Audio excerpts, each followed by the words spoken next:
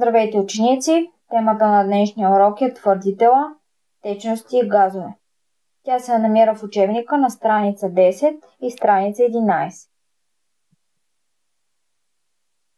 Телата се разделят на твърди тела, течности и газове. Те притежават изключителни белези, свойства, по които ние ги разграничаваме. Дала съм ви примерно изображение, под каква форма можете да ги срещнете. Ябълката. Тя е твърдо тяло. Чашата е твърдо тяло, но в нея има вода, а водата е течност, а балона има в себе си газ. Това са най-важните понятия, които се намират във вашият учебник на страница 11. Много държа всеки един от вас да ги научи, за да може да ги разграничава. Твърдото тяло е тяло със собствена форма и със собствен обем. Течността е тяло без собствена форма и със собствен обем. Газта е тяло без собствена форма и без собствен обем. Това е таблицата от учебника, която е на страница 11. В нея са показани свойствата на твърдите тела, течностите и газовете, които също са много важни. Нека преминем към точка 1 от урока. Твърди тела. Твърдите тела имат своя собствена форма и собствен обем. Например, телефонът изглежда по определен начин и има определен обем. Твърдите тела не променят своята форма и обем, освен ако не ги смачкаме, щупим, огънем или нарежем. Твърдите тела не могат да текат.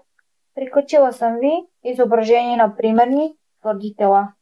Например, ябълката.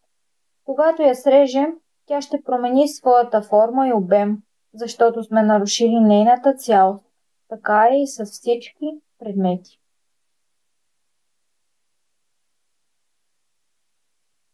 Нека преминем към точка 2. Течности. Течностите нямат своя собствена форма, а заемат тази на съда, в който се намират.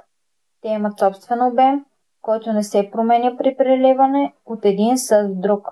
Течностите могат да текат.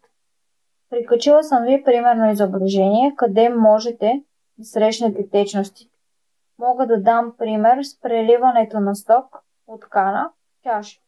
Обема няма да се промени.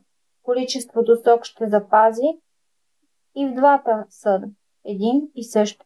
Просто си ще заема формата на съда, в който се намира. Нека преминем към точка 3. Газове. Газовете нямат своя собствена форма и свой собствен обем. Те променят формата и обема си, като запълват изцяло съда или помещението, в което се намират. Газовете текат бързо и се разпространяват много лесно, затова се съхраняват много добре затворени съдове. Дала съм ви примерно изображение, къде можем да срещнем газовете в нашето ежедневие. Те са много опасни, както за нас, така и за нашето здраве. Благодаря за вниманието. Въпроси?